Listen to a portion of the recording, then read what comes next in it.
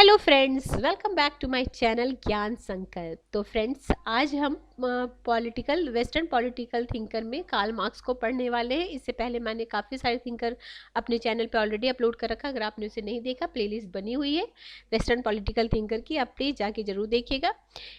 इसके अलावा मेरे चैनल पे आपको पॉलिटिकल थ्योरी की क्लासेस भी मिल जाएंगी। लगभग मैंने यूजीसी नेट के सिलेबस के अकॉर्डिंगली कंप्लीट करा रखा है। कंपैरेटिव पॉलिटिक्स की भी क्लासेस है और 1000 क्वेश्चन सीरीज है जो यूजीसी नेट के प्रीवियस ईयर के क्वेश्चन है। आप प्लीज़ एक बार चैनल पे विजिट जरूर करना, आपके लिए काफ़ी अच्छा कंटेंट है उपलब्ध चैनल पे। अगर आपका सब्जेक्ट पॉलिटिकल साइंस है तो ये चैनल आपके लिए काफ़ी हेल्पफुल है। आप किसी भी स्टेट के हो, अगर कोई भी टीजीटी पीजीटी दे रहे हो, दिल्ली का दे रहे हो, यूपी, बिहार, झारखंड, मध्य प्रदेश, राजस्थान, किसी भी स्टेट का दे रहे हो, अगर आपका सब्जेक्ट पॉलिटिकल साइंस है तो ये चैनल आपके लिए काफ़ी हेल्पफुल है। और मैं आज से या कल से देखती हूँ तो वो यूजीसी नेट के फर्स्ट पेपर का प्रीवियस ईयर क्वेश्चन भी एक एक सेट कराने की कोशिश करूँगी। अगर मेरे पास टाइम रहा तो मैं ज़रूर आपके लिए अगर आपको सही में उसकी ज़रूरत है, आप प्लीज़ कमेंट में ज़रूर लिखिएगा कि फर्स्ट पेपर का, यूजीसी नेट का फर्स्ट पेपर जो 18 जून को होने वाला है, तो मैं प्रीवियस ईयर के क्वेश्चन को आपके लिए लेके आऊँ। तो अगर फ्रेंड आपको किसी वजह से ये चैनल हेल्पफुल लग रहा है, अगर आपके प्रिपरेशन में हेल्प करिए, तो आप प्लीज़ मेरे चैनल को सब्सक्राइब कीजिए, मेरे वीडियो को लाइक कीजिए और अपने फ्रेंड में शेयर कीजिए। तो आज का क्लास स्टार्ट करते हैं। सबसे पहले लिखिए कार्ल मार्क्स। ये बहुत ही इंपॉर्टेंट थिंकर हैं। इनसे इनके बुक, इनके कॉन्सेप्ट, इनकी थ्योरी हर एग्ज़ाम में, कोई भी एग्ज़ाम दे लो, अगर आपका सब्जेक्ट पॉलिटिकल इवन की है तो जीएस का पार्ट भी है कार्ल मार्क्स से रिलेटेड। उनके कुछ बुक्स, इनके कुछ थ्योरीज पूछ लिए जाते हैं। तो कार्ल मार्क्स का जन्म 1818 में हुआ था। 1883 में इनकी मृत्यु हो जाती है। मार्क्स का जन्म एक यहूदी परिवार में 5 मई 1818 को प्रसिया के टियर नगर में हुआ था। मार्क्स के विचारों का दार्शनिक आधार, तो मार्क्स हॉलबैक के भौतिकवादी विचारों से प्रभावित है। हॉलबैक का यह विचार है कि मनुष्य के द्वारा ईश्वर का निर्माण होता है। जो मनुष्य है ना, वही ईश्वर का निर्माण करता है। ईश्वर कोई नहीं है, हमने बनाया है ईश्वर को, तो उनका मतलब हुआ है। हम उनमें आस्था रखते हैं तो ईश्वर है, अगर नहीं रखे तो ईश्वर नहीं है। ईश्वर के परंपरागत अर्थशास्त्रियों से मार्क्स ने श्रम का मूल्य सिद्धांत सीखा। इंग्लैंड के परंपरागत अर्थशास्त्रियों से मार्क्स ने श्रम का मूल सिद्धांत लिया। वर्ग संघर्ष का विचार मार्क्स ने ऑगस्टियर थियरे से लिया। वर्ग संघर्ष का विचार मार्क्स ने ऑगस्टियर थियरे से लिया। मार्क्स ने हीगल से द्वंद्वात्मक दर्शन का विचार लिया। मार्क्स के मूल विचार, मार्क्स ने पहली बार समाज को आर्थिक रूप में 2 वर्गों में विभाजित किया। मार्क्स के सिद्धांत का मूल आधार आर्थिक नियतिवाद है। मार्क्स ने वर्ग संघर्ष के द्वारा समाज के विकास एवं क्रांति का विश्लेषण किया। मार्क्स ने पहली बार इतिहास का आर्थिक विश्लेषण किया। मार्क्स के विचारों का मूल उद्देश्य पूंजीवादी व्यवस्था का विध्वंस करना था। मार्क्स का उद्देश्य एक वर्ग विहीन एवं राज्य विहीन समाज की स्थापना करना था। ऐसे समाज में सभी व्यक्ति अपनी क्षमता के अनुसार कार्य करेंगे और उन्हें अपनी आवश्यकता अनुसार वस्तुएं प्राप्त होगी। इस अवस्था में व्यक्ति पूर्णतया स्वतंत्र होगा, क्योंकि मार्क्स के अनुसार स्वतंत्रता का आशय व्यवस्था का अंत है। मार्क्स पहले समाजवादी नहीं है, बल्कि पहले वैज्ञानिक समाजवादी है। देखो, कल्पना लोके समाजवादी पहले थे, उसके बाद ये जो हुए हैं मार्क्सवाद के विचार को हम वैज्ञानिक समाजवाद के नाम से भी जानते हैं। मार्क्स एवं फ्रेडरिक एंजल्स ने अपनी रचना द कम्युनिस्ट मैनिफेस्टो में स्वयं को वैज्ञानिक समाजवादी कहते हुए Saint Simon, Charles Fourier, Robert Owen को कल्पना लोके समाजवादी कहा। समाजवाद के मूल तत्व समानता, समुदाय की प्राथमिकता, उत्पादन के साधनों पर समुदाय का नियंत्रण एवं बंधुत्व। मार्क्स की रचना का क्रम, thesis on Feuerbach 1845, the poverty of philosophy 1847, मतलब हमारे आज़ादी से 100 साल पहले, और फिर है कम्युनिस्ट मैनिफेस्टो 1848।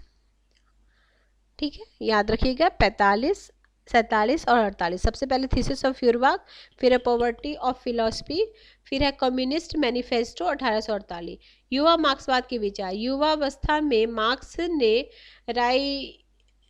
राइनिस जेनतुंग नामक पत्रिका का संपादन किया। Leszek Kolakowski main currents of maximum, its origins, growth and dissolutions 1970 नामक रचना लिखी। ये किनके? लेस जैक कोलोवस्की ने। देखो, युवावस्था में किसकी? राइनिस जेनतुंग नामक पत्रिका संपादन किया। मार्क्स के अनुसार मानव की सबसे बड़ी विशेषता उसके श्रम करने की क्षमता है। मानव जो उनकी सबसे बड़ी विशेषता है उनके श्रम करने की क्षमता है। युवा मार्क्स मानवतावादी, इसमें स्वतंत्रता का विचार मुख्य है। मार्क्स ने इकोनॉमिक्स एंड फिलॉसफी मनुस्क्रिप्ट 1844 में लिखी, जिसे पेरिस पांडुलिपि भी कहा जाता है। मार्क्स के अनुसार स्वतंत्रता का आशय अभाव या व्यवस्था का अंत है। युवा मार्क्स के विचारों में अलगाववाद की संकल्पना मुख्य है। मार्क्स के अनुसार अलगाववाद को हम निम्नलिखित रूपों में देखते हैं। देखो, ये वाला क्वेश्चन आता है, मार्क्स ने किसके से अलगाव का सिद्धांत दिया था? तो उत्पादन से, प्रकृति से, समाज से, स्वयं से। इसे प्लीज आप नोट डाउन कीजिए। ऐसे क्वेश्चन आएगा कि मार्क्स ने किससे अलगाव की बातें बोली है, तो 4 ऑप्शन दे देगा, उसमें से एक अलग ऑप्शन रहेगा। तो इनमें से कौन सा सही नहीं है या इनमें से कौन सा सही है, ऐसा? तो देखो, प्रोडक्ट, नेचर, सोसाइटी और सेल्फ। जैसे भी आपको याद करना वैसे देखो, उत्पादन से, प्रकृति से, समाज से और स्वयं से। इंग्लिश हिंदी दोनों में याद रखना। प्रोडक्ट, फिर नेचर, सोसाइटी एंड सेल्फ। युवा मार्क्स और प्रौढ़ मार्क्स में संबंध। अब युवा मार्क्स में व्यक्ति मुख्य है, जबकि प्रौढ़ मार्क्स में व्यक्ति वर्ग प्रधान है। आगे है, युवा मार्क्स पूंजीवाद को मनोवैज्ञानिक दुष्प्रभाव मानता है, जबकि प्रौढ़ मार्क्स पूंजीवाद के आर्थिक कुप्रभाव बताता है। और ये मैं जो बुक से करा रही हूँ वो है राजेश मिश्रा की बुक। युवा मार्क्स आदर्शवादी है, जबकि प्रौढ़ मार्क्स वैज्ञानिक है। देखो, युवा मार्क्स क्या? आदर्शवादी है, जबकि प्रौढ़ मार्क्स वैज्ञानिक है। युवा मार्क्स लोकतांत्रिक है, जबकि प्रौढ़ मार्क्स क्रांतिकारी है।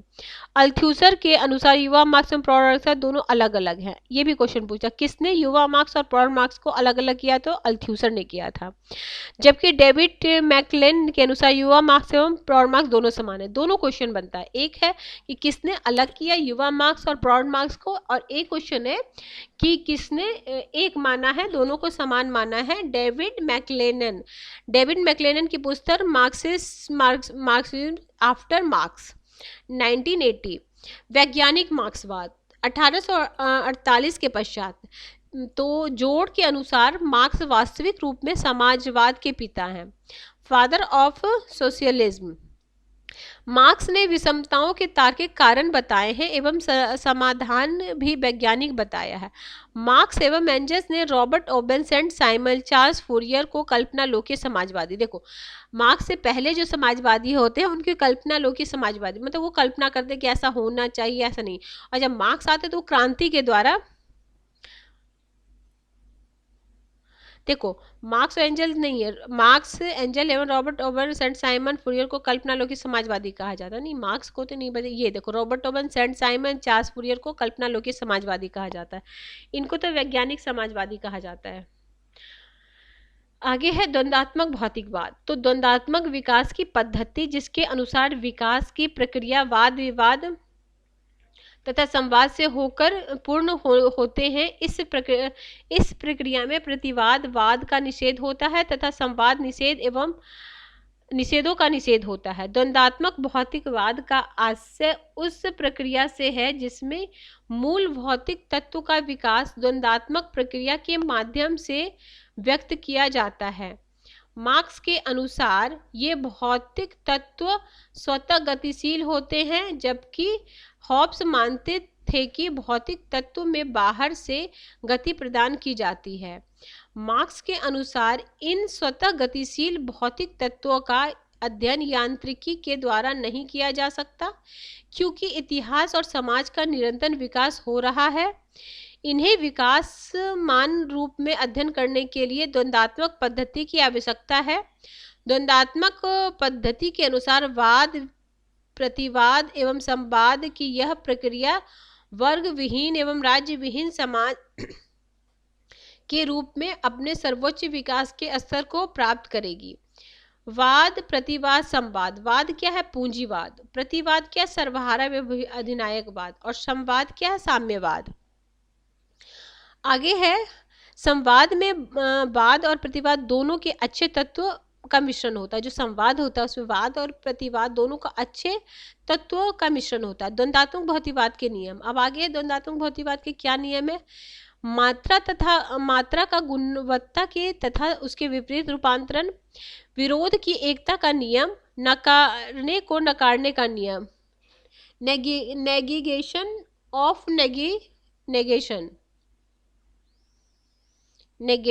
नेगेशन, ठीक है, नकारने का नियम।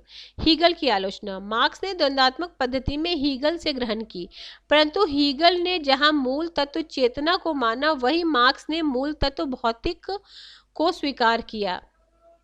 मार्क्स ने कहा कि मैंने हीगल के विचार को सीधा खड़ा कर दिया, वो अभी तक सिर के बल खड़ा था। ऐतिहासिकवाद, ऐतिहासिक भौतिकवाद। तो मार्क्स ने अपनी रचना द जेविस क्वेश्चंस 1843 में लिखा है कि ईश्वर के बजाय पैसा महत्वपूर्ण है। ईश्वर के बजाय पैसा महत्वपूर्ण है।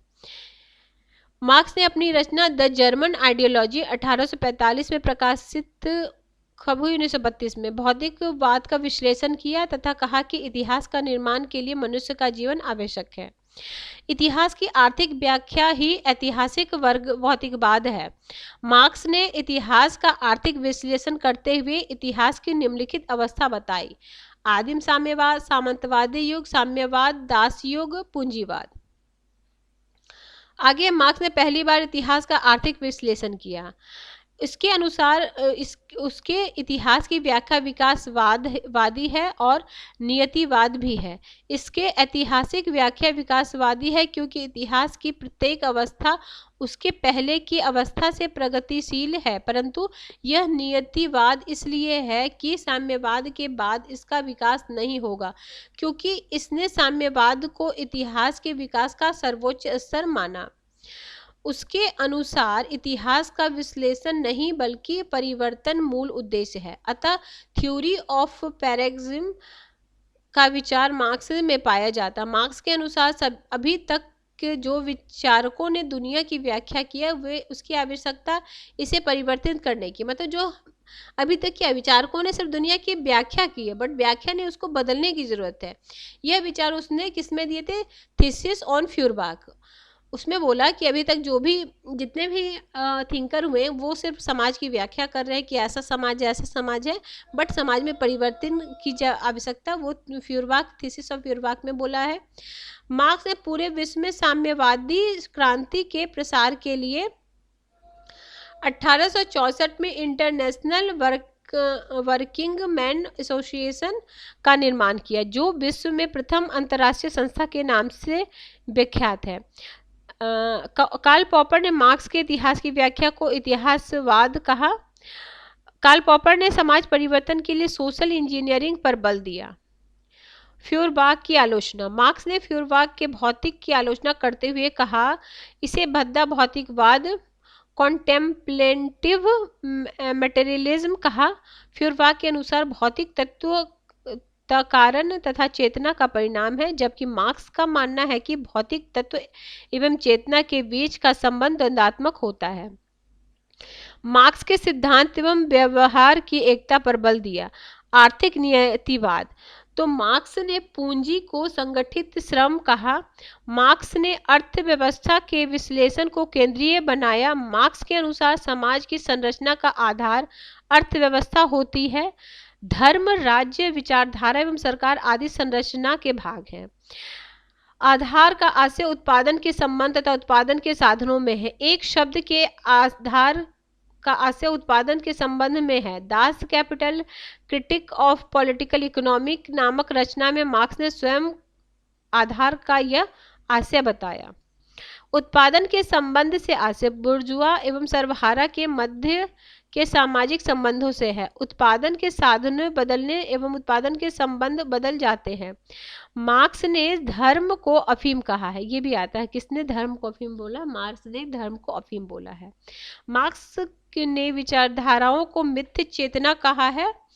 मार्क्स के अनुसार विचारधारा की आवश्यकता हमेशा शासक वर्ग को हो जाती है।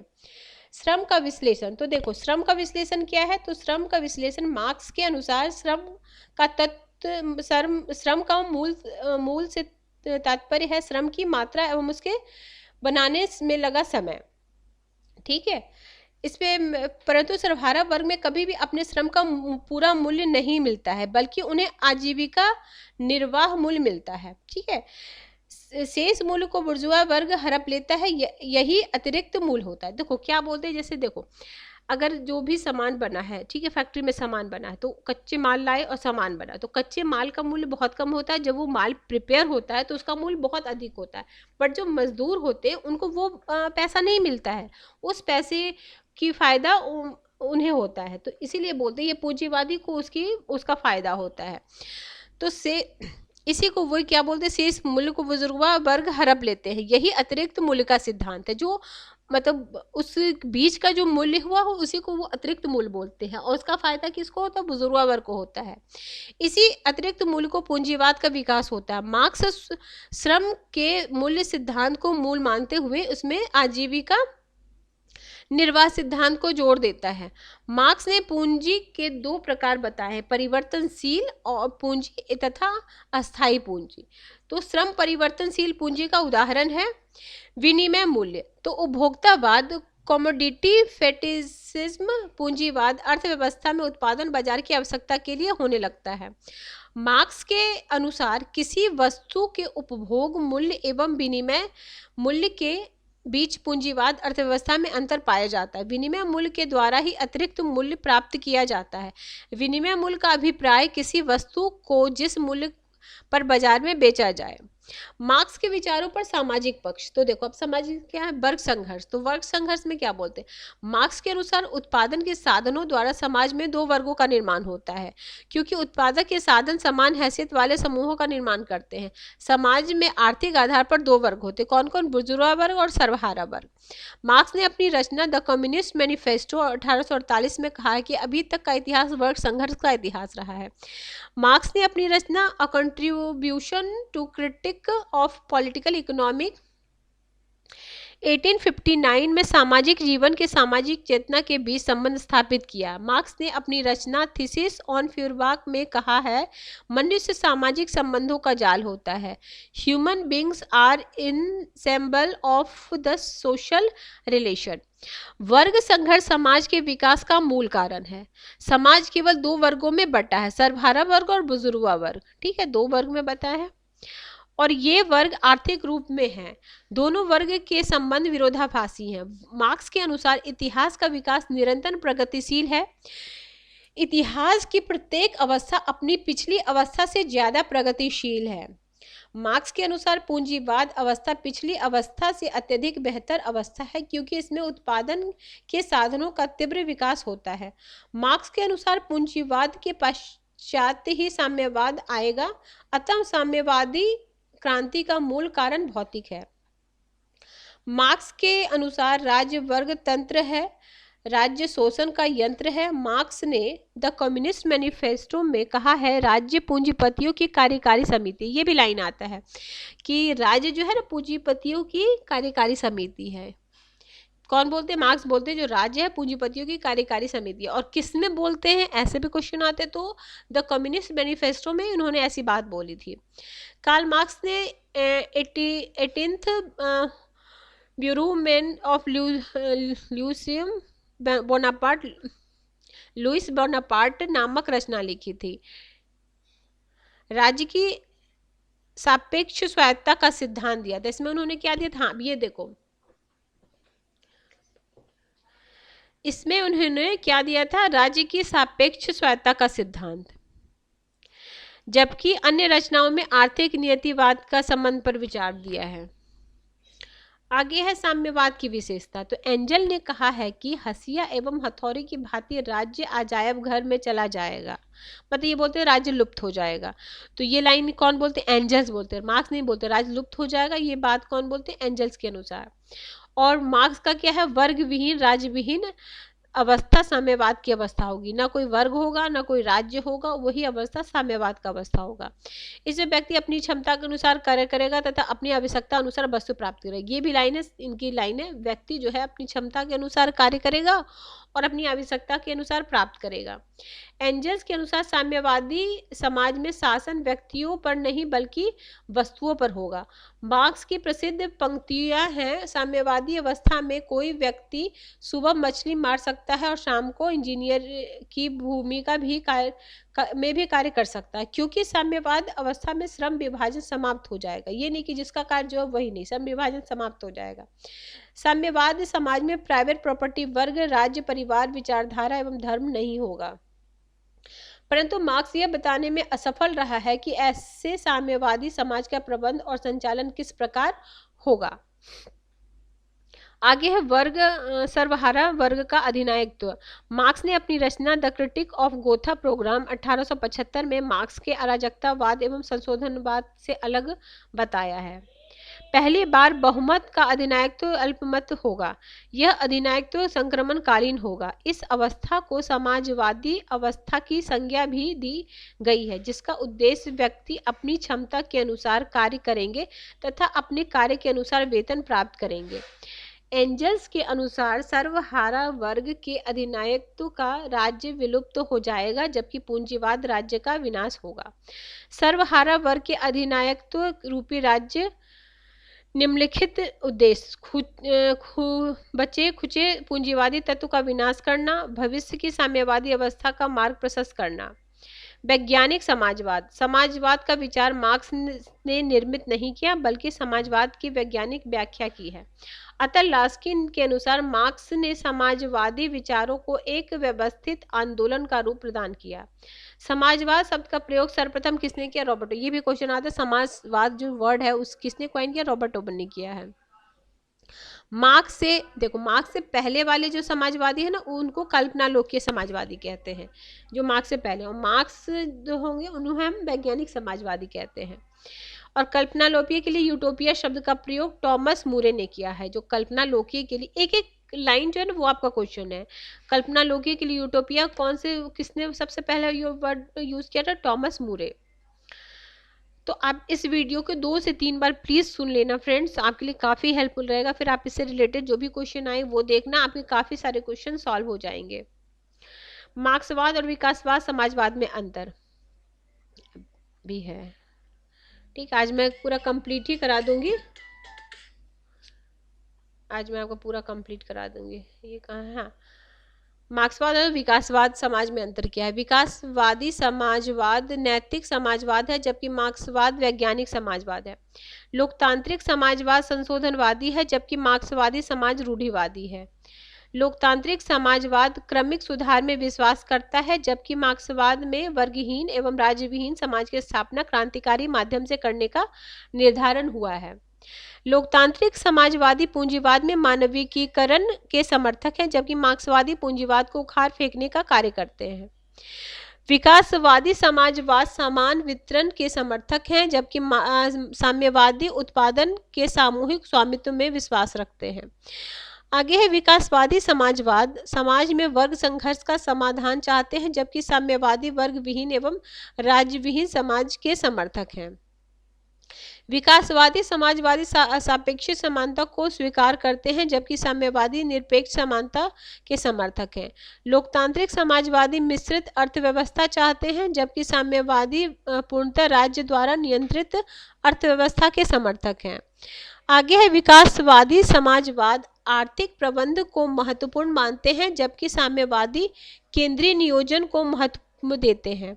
विकासवादी समाजवादी लोकतांत्रिक संसदीय व्यवस्था को प्राथमिकता देते हैं, जबकि साम्यवादी सर्वहारा वर्ग के अधिनायकत्व को स्वीकार करते हैं। आगे समाजवादी लोकतंत्र राजनीतिक बहुलवाद को मानते हैं, जबकि साम्यवादी सर्वहारा वर्ग अधिनायकत्व या एक दलीय शासन को महत्व देते हैं। आगे है समाजवादी लोकतंत्रवादी लोकतांत्रिक राज्य के महत्वपूर्ण मानते हैं, जबकि साम्यवादी जनवादी राज्य की संकल्पना को स्वीकार करते हैं। मार्क्सवाद और फैबियनवाद में अंतर। फैबियनवाद वर्ग की संकल्पना को उदार मानते हैं, जबकि मार्क्सवादी वर्ग विहीन समाज की स्थापना को अपना मूल लक्ष्य मानते हैं। फैबियनवादी राज्य का प्रयोग करके समाजवाद का लक्ष्य प्राप्त करना चाहते हैं, जबकि मार्क्सवादी राज्य से परे साम्यवादी समाज का निर्माण करना चाहते हैं। फैबियनवादी समाज को नैतिक रूप में बेहतर मानते हैं, जबकि मार्क्सवादी इसे ऐतिहासिक रूप में अपरिहार्य मानते हैं। फैबियनवादी संपूर्ण राष्ट्र को महत्व प्रदान करते हैं, जबकि मार्क्सवादी श्रम को महत्व प्रदान करते देखो फैबियन संपूर्ण राष्ट्र को महत्व प्रदान करते हैं, जबकि मार्क्सवाद श्रमिक को महत्व प्रदान करते हैं। प्रमुख फैबियनवादी विचारक कौन, ये इनका नाम सबका ध्यान रखिए। कौन कौन है फैबियनवादी? जॉर्ज बर्नार्ड शॉ हैं, सिडनी बेब हैं, ब्रिटिश बेब हैं, ग्राहम बेलास हैं, H.G. लॉसवेल हैं, एनी बेसेंट हैं, एंथनी क्रॉसलैंड है। द फ्यूचर ऑफ सोशलिज्म नामक रचना लिखी है क्रॉसलैंड ने। R.H. टोनी है। मार्क्स और उपनिवेशवाद। तो देखो मार्क्स ने एशियाटिक मोड ऑफ प्रोडक्शन के अंतर्गत गैर पूंजीवादी समाज में पूंजीवाद के विकास का विश्लेषण किया है। मार्क्स के अनुसार एशियाई समाज गतिहीन है, अतः एशियाई समाज में पूंजीवाद लाने के लिए उन्होंने उपनिवेशवाद को एक सकारात्मक प्रगतिशील शक्ति के रूप में चित्रित किया, परंतु मार्क्स उपनिवेशवाद का समर्थक कतई नहीं है। मार्क्स के आलोचक तो मिखाइल बाकुनिन नामक अराजकतावादी ने अपनी पुस्तक स्टैटिस्टिज्म एंड एनार्की में मार्क्सवादी मान्यता का खंडन किया है। एडवर्ड बर्नस्टीन नामक मार्क्स के मित्र ने मार्क्स के विचारों को संशोधित किया। अब ये बोलता है कि मार्क्स के विचार को किसने संशोधन किया या किसने, तो ये बर्नस्टीन ने संशोधनवादी बोलते हैं इनको, इन्होंने किया। एडवर्ड बर्नस्टीन की प्रसिद्ध रचना principle of socialism and the task of social democracy, जिसे लोकप्रिय रूप में इवोल्यूशनरी सोशलिज्म 1707 या विकासवादी समाजवाद की संज्ञा भी दी जाती है। बर्नस्टीन का संशोधन। बर्नस्टीन के अनुसार जैसे जैसे पूंजीवाद का विकास हो रहा है, मध्यम वर्ग और ज़्यादा शक्तिशाली होता जा रहा है। पूंजीवाद के विकास के परिणाम स्वरूप सर्वहारा वर्ग की स्थिति अच्छी हो रही है। पूंजीवाद का विनाश अपरिहार्य प्रतीत नहीं होता, बल्कि पूंजीवाद के अंतर्विरोध का समाधान शांतिपूर्ण रूप से संभव है। अतः बर्नस्टीन के अनुसार समाजवाद की प्राप्ति के लिए वर्ग संघर्ष या क्रांति नहीं, बल्कि संसदीय लोकतांत्रिक माध्यम पर्याप्त है। संशोधनवाद विकासवादी समाजवाद भी कहलाता है। मार्क्स की प्रमुख रचना। मार्क्स ने अपनी युवावस्था में राइनिस जेतुंग नामक पत्रिका का भी संपादन किया। मार्क्स की रचनाओं में निम्नलिखित श्रेणियों में विभाजित किया जा सकता है। पहली श्रेणी में वे रचनाएं हैं जिन्हें मार्क्स ने युवावस्था में लिखा है। इन रचनाओं में मार्क्स ने मानववादी विचार प्रभावी है। इन्हीं रचनाओं में मार्क्स के अलगाववाद या परायेपन के विचार का पाए जाते। किसमें पाया जाता है परायेपन का विचार? ये देखो पहली श्रेणी में रचनाएं लिखी, जिसमें अच्छा पहली श्रेणी में जो उन्होंने लिखा था उसमें उन्होंने परायेपन का देखो पेरिस मनोविज्ञान आर्थिक दार्शनिक पांडुलिपि थीसिस ऑफ फूरिबाग और इसमें जर्मन आइडियोलॉजी।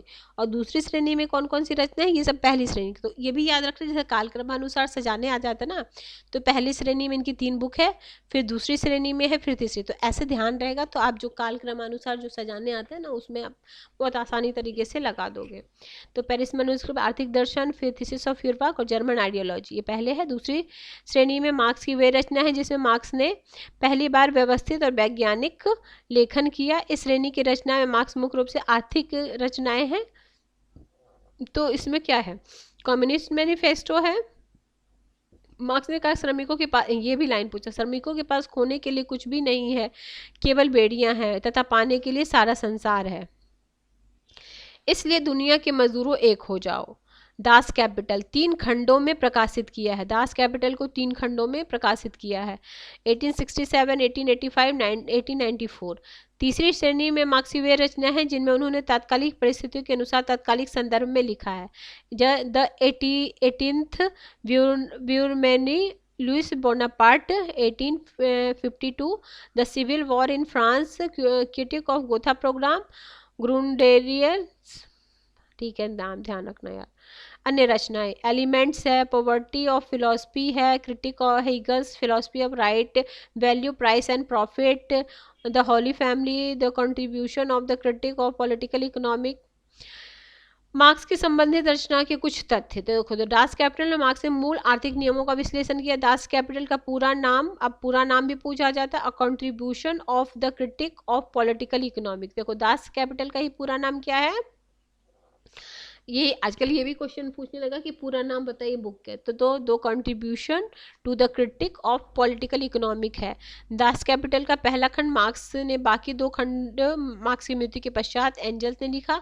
दूसरा खंड 1885, तीसरा 1894, 9 साल बाद। प्रोंधो ने द फिलोसफी ऑफ पॉवर्टी नामक पुस्तक लिखी जिसके जवाब पे मार्क्स ने द पॉवर्टी ऑफ फिलो, देखो इनका पहले फिलोसफी आएगा फिर पॉवर्टी आएगा, और मार्क्स गरीबों की बात ज़्यादा करते हैं तो इनमें पहले पॉवर्टी फिर फिलोसफी आ गई, ये अंतर रखना है दोनों में।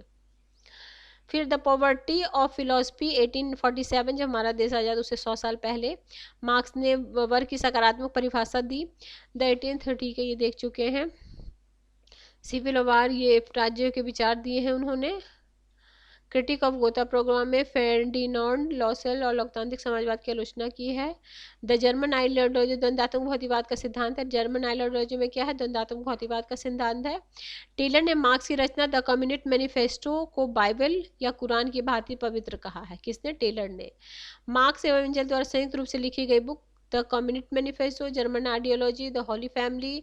एंजल्स ने 1820 से 1855 तक मार्क्स के प्रसिद्ध मित्र थे। इनकी प्रसिद्ध रचना the conditions of the working class in England 1844, anti Duhring's socialism, utopia and scientific, the origin, ये इनकी बुक काफ़ी फेमस है। The origin of family, private property and the state, ये इनकी फेमस एंजल्स की।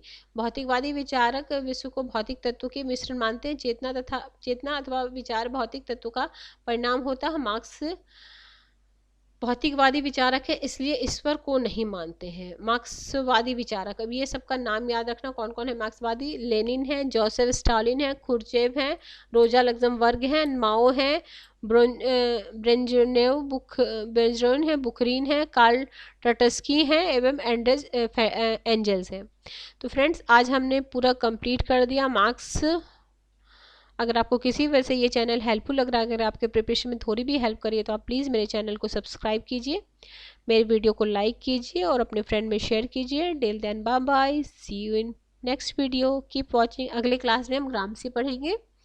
तो ठीक है फ्रेंड, तब तक के लिए आप मेरे और भी वीडियो जो मेरे चैनल पर अपलोड है उसे प्लीज़ आप देख लीजिए, ठीक है।